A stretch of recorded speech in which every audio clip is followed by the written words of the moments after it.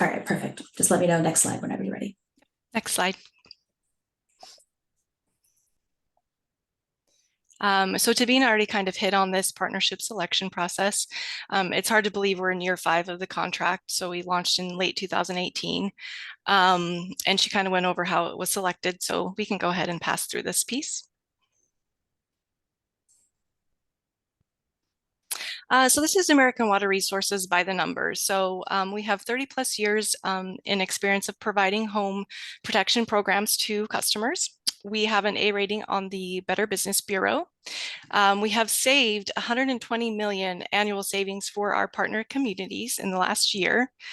We have a 9 out of 10 CSAT rating. So we're doing good things in Philadelphia for your customers, and hard for me. And we've repaired over 200,000 homes in the last year as well. Next slide.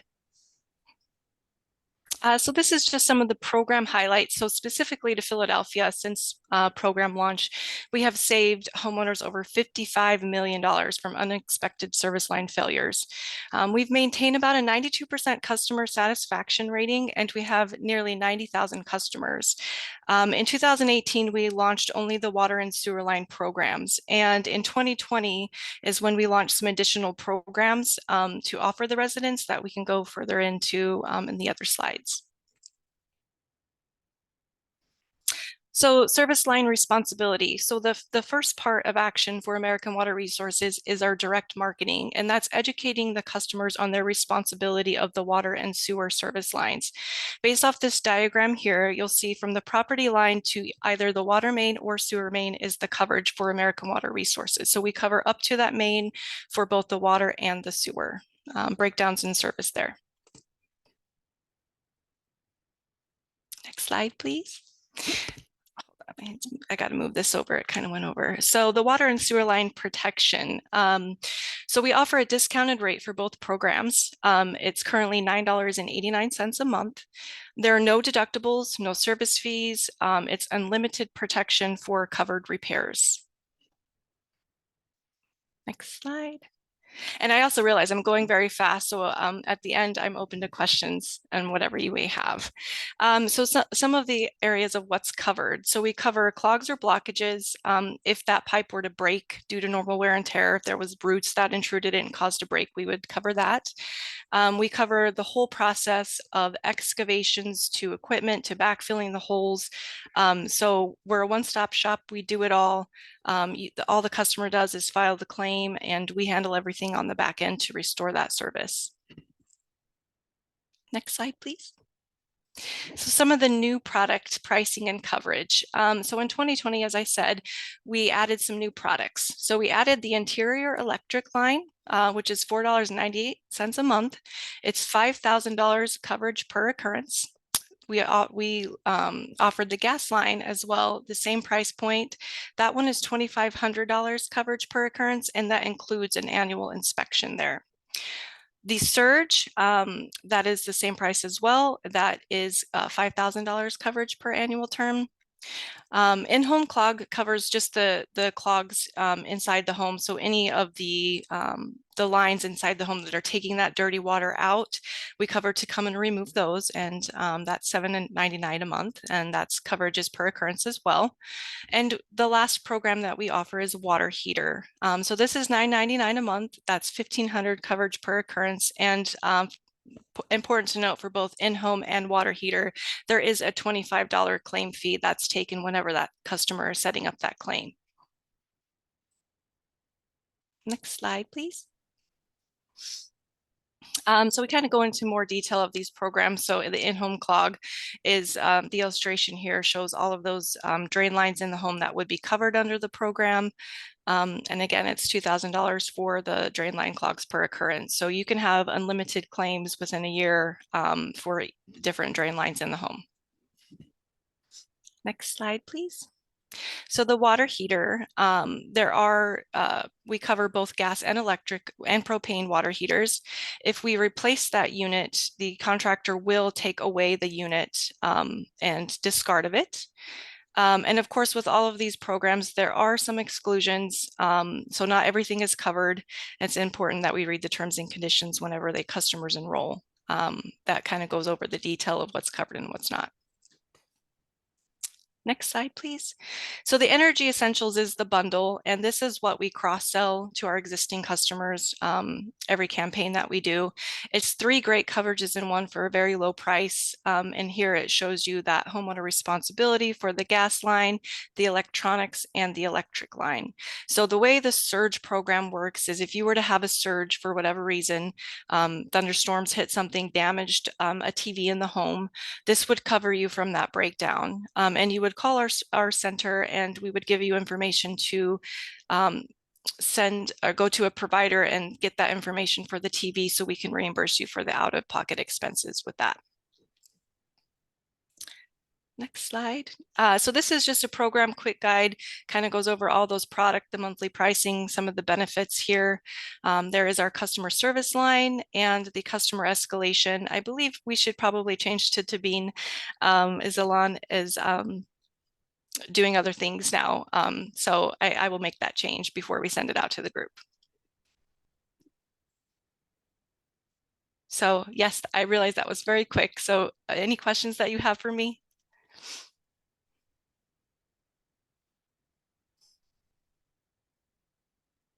Not, we can, I'll keep an eye on the chat, and we can kind of come back to questions maybe afterwards, maybe after Rachel presents. Perfect.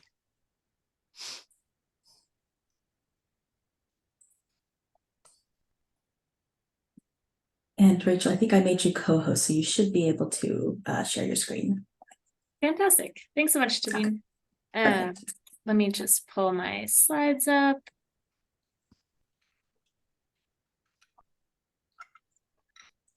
Okay. Thanks to everyone who's here joining us during your Thursday lunchtime. Okay. Tabine, could you just confirm for me that you can see my slides? Great. I can, yes. Well, I'll keep this brief and just to make sure we have plenty of time for questions, but also say that for folks who want to learn more about the Rental Improvement Fund, we do have information sessions multiple times a week. I will drop the link to that in the chat. I'm going to go over just really the kind of highest level of what the program is and how it works. So I'd encourage anyone who wants to learn more to attend an information session. Great. So the Rental Improvement Fund, it's PHDC's newest program by my calculation, and it's a program to offer loans to small landlords to fund really wide variety of property repairs. We have a couple of intersecting goals, really want to improve the long-term housing quality of Philadelphia's rental housing, much of which, not news to those on this call, is quite old. We're also really interested in lowering tenant energy costs and encouraging repairs that are going to have positive impacts on tenant health. And importantly, again, for the crowd here today, we're really focused on helping small landlords maintain compliance with city regulations, keep their properties in good condition, be able to obtain and keep an active rental license, etc. So currently we offer 2 different loan products. One here on the left, I'll talk about first, is a fully forgivable loan up to $24,999, so almost $25K, with a 10-year term. And again, it's fully forgivable, so no payments need to be made if affordability requirements are met. I'll go over what those are in just a moment. And in line with that forgivability, there's also a 0% interest rate, again, if those affordability requirements are met. There is also a small early repayment penalty for anybody who sells the property or repays the full loan within the first 3 years. We also offer a second loan option here on the right, loan option 2, which goes up to a higher loan maximum of $50,000 per unit, actually. The one here on the left is $25,000 per property. So this loan option 2 can cover much wider, larger scope for repairs. However, it's not forgivable. It does need to be repaid at 0% interest. I don't think that's an interest rate that anybody here can beat anywhere else. It has a 15-year term, so slightly longer term than loan option 1. And repayment is deferred for the first year. So that repayment at 0% interest doesn't start till the second year of that 15-year term. and there's no repayment penalty. There's a couple of other things to know about both these loan products. One, in both cases, funds have to be drawn down within the first 12 months. So that means functionally we allow 12 months for construction and repairs to take place. And again, I'll go over the affordability requirements more, but if they are not met, in both cases, the remaining loan principal needs to be repaid at 4% interest. This is a program, as I mentioned, for small landlords. So we do, and we have limited funding. We want to make sure it gets to as many people and properties as possible. So for that reason, we have a cap of $100,000 in loans per person, per landlord. And that includes, a variety of types of property ownership. So we're still counting everything towards that 100K, even if some properties are owned under an individual's name, some are under an LLC. We're really thinking about who's benefiting from this and applying that 100K cap in that way. In addition, last point I'll make here is that these two loans cannot be mixed at a single property. We just allow one loan per property. So you couldn't get a 25K loan and then a 50K loan for the same property. However, you can apply for multiple for loans at different properties, and that's fully allowed as long as you're under that 100K cap. So now who's eligible for these great unbeatable loan products? So this is focused on small landlords, so those who own no more than 5 properties, totaling no more than 15 units. We are really working to prioritize tenant occupied units, but there are certain cases where vacant units are also eligible. I'm going to talk just a little bit about how that vacant requirement works. It's slightly different between our two loan products. For the 25K forgivable loan, unoccupied properties are eligible if they have an active rental license, similar for the 50K loan product, but we can also accept properties where the rental license expired within the last 2 years. So what that means in most cases is that if the property is vacant, it does need a rental license or a recently expired rental license in order to be eligible, again, because we're really looking to prioritize upgrades to properties where there's currently tenants living there.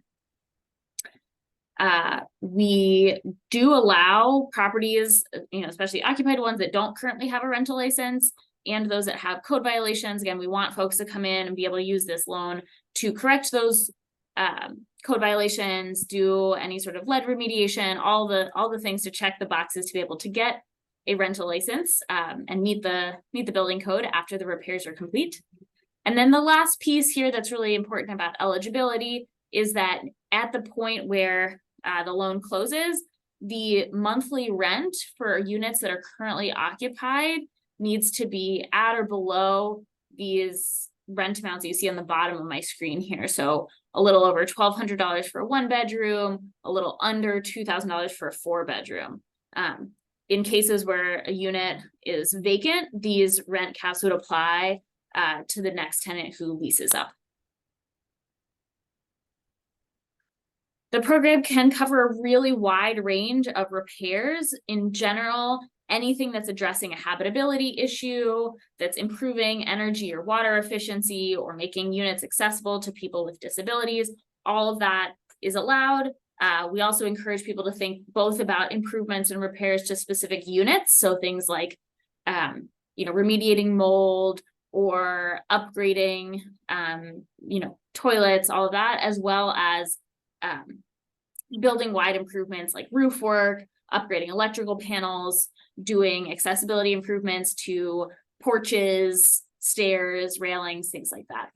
Here's a couple additional examples on the right, things like asbestos, lead, mold, pest remediation, all of those are allowed, as well as kind of the more classic building systems, electrical and plumbing work, adding fire alarms or sprinklers. We know those are required for multi-unit buildings, doing heating and cooling upgrades. Again, really encourage folks, if they've been putting off roof work, to use this loan to do that roof work, as well as structural repairs, insulation, windows, doors. And for folks who have really specific questions, would encourage you to reach out to us over email about your particular case. What I would say as a general rule is that as long as part of the proposed repair scope includes something, more or less in line with this list, that again is very clearly addressing a safety or habitability issue. As long as some part of the scope does that, we are generally pretty flexible about allowing for some smaller amount of kind of cosmetic work to also be included in that scope. We have an online application. Again, folks can go ahead and apply after they've attended our information session. Some of this is a repeat of what you'd hear in that information session. So this is just whetting your appetite. We do need a scope of work from a licensed contractor as part of that application package, as well as a notice to tenant, a very simple form that we have so that landlords can notify their tenant when they're applying, let them know what kind of repair work they're thinking of doing, and the kind of proposed timeline as well. We also need to see current leases for the units that are occupied to make sure that the rent amount is under that threshold. Again, obviously we won't ask for leases if the unit is vacant. And we do require a 20% contingency. I'll talk about that a little bit more later. And so if the landlord is covering that themselves, we would need to see a bank statement to make sure that those funds are available. I'm going to skip past this. This is just really best practices for the kinds of things that we look for in a scope of work. Here's that really simple notice to tenant form. Again, notifying the tenant about the general scope of the repair work, and it should be signed by both the landlord and tenant. Once we get that application package, we do an initial home inspection. One of PHDC's inspectors goes out and they look generally to make sure that the repairs proposed on the estimate cover all of the really high priority work that needs to be done. So we're not allowing for folks to do electrical work but not the roof if there's a clear roof leak, or vice versa, to make sure that if there's any sort of code violations that they're addressed in that scope of work. And just one last note to make here is that this is a program that really covers work that hasn't yet happened. We're not reimbursing for work repairs that already took place. So we're not covering the cost of any repairs that occur before loan closing. I'll go over the loan forgiveness and repayment and then come kind of towards the end, so we have time for questions. So that $25K 10-year loan that I mentioned up front, that's fully forgivable. That forgiveness starts in the second half of that loan term. So starting in year 6, 20% of the loan is forgiven each year.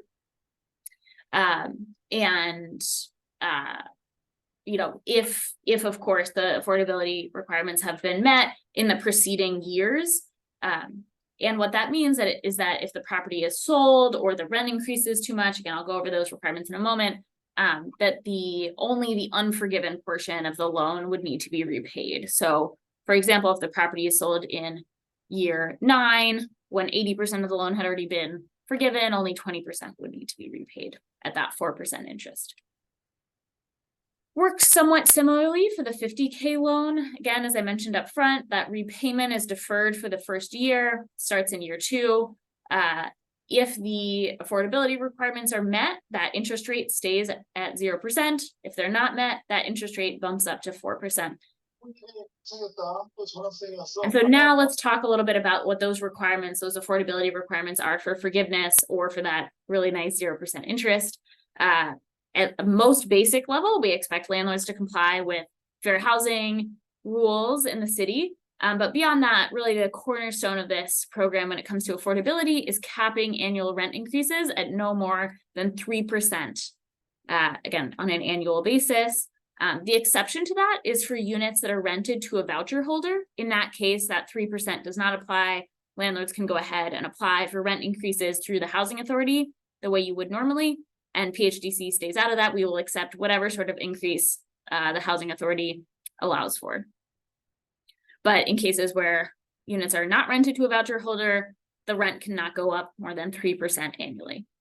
In addition, we have some smaller requirements, again, ones we think are pretty reasonable. Any new code violations from L&I need to be corrected within 6 months during that full loan term, right? So if something new comes up in year 5 or year 7, and there's a violation, that violation does need to be corrected within a timely manner.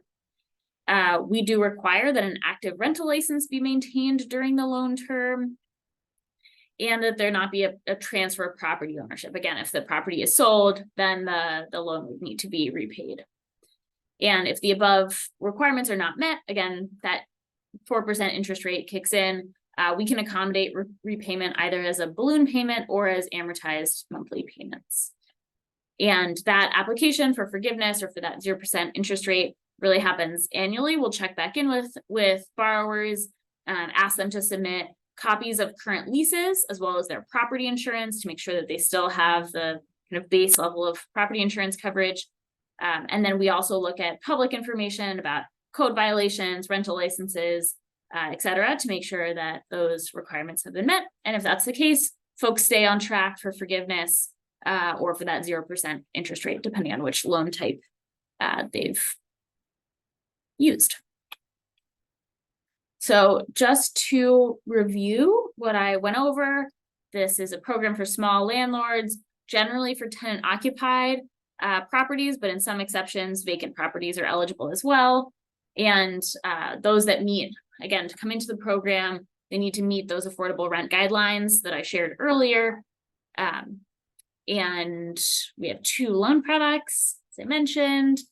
We require that all contractors working on these properties be licensed, but again, it's up to the landlord to select their contractor. Any contractor is fine as long as they're licensed. We do require that tenants be notified of the repairs.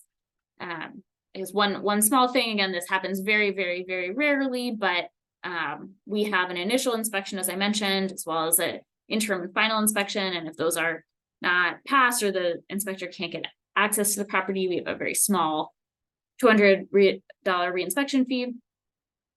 Repairs can't take place until after the loan closes. Again, we're not reimbursing for earlier repair work.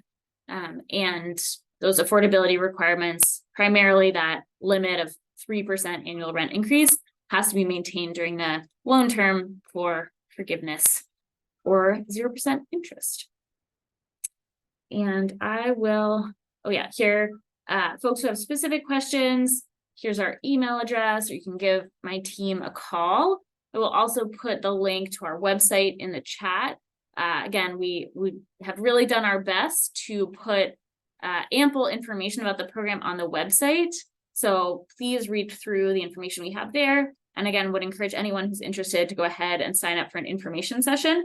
That'll walk through all of this in more detail and also cover things like our draw schedule.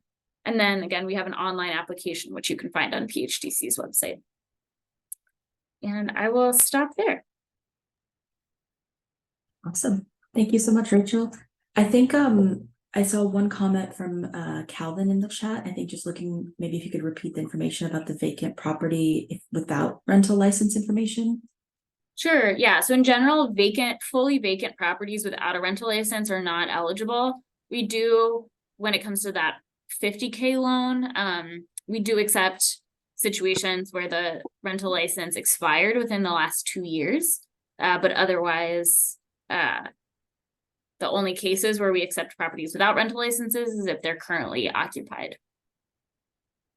Makes sense. Actually, maybe Calvin, let me go ahead and unmute. I see you raising your hand. Might just be easier to. Let's see. Yes, I wanted to say I tried to register online for one of the meetings, and under the question of the vacant properties without license, it wouldn't allow me to register. To fill out an application? Yes. Yes, that's correct. Because again, vacant properties with no rental license would not be eligible. Period. Yes, unless there's, again, for that 50K loan, as I mentioned, we can accept rental licenses that expired within the last 2 years. Thank you. Thanks. I'm not seeing any other questions in the chat, but if anyone has them, please put them there, or we can feel free to just unmute and ask away.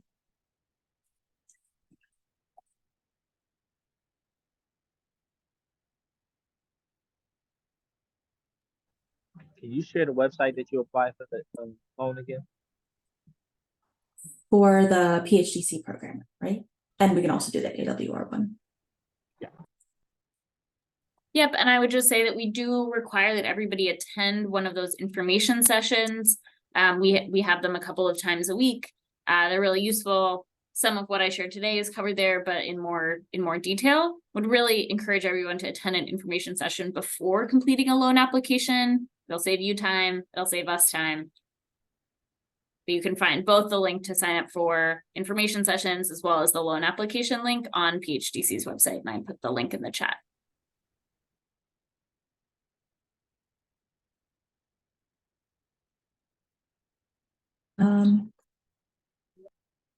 Give it a minute, maybe let other questions come in, but if not, we can also just drop our contact information in the chat and people can reach back out if they have any other questions. Or Priya, Lauren, do you guys get any general questions you think might be that we can answer? We haven't received any questions yet, but yes, we will be looking for any questions via email. So as soon as we receive some questions, we'll be forwarding it to you guys. Thank you. Perfect, yeah. All right, well, I'll go ahead and put my email address in the chat as well if anyone wants to connect directly. Sure.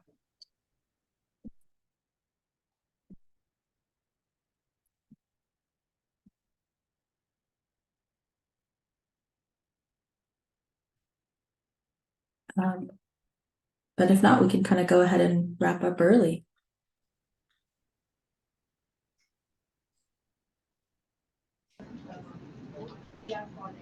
So, well, all right, thanks everyone. We'll go ahead and upload this presentation to HAPCO's website. Thank you. Nice to meet you all. Thanks for joining. Bye. Thank you so much, Bye. everyone.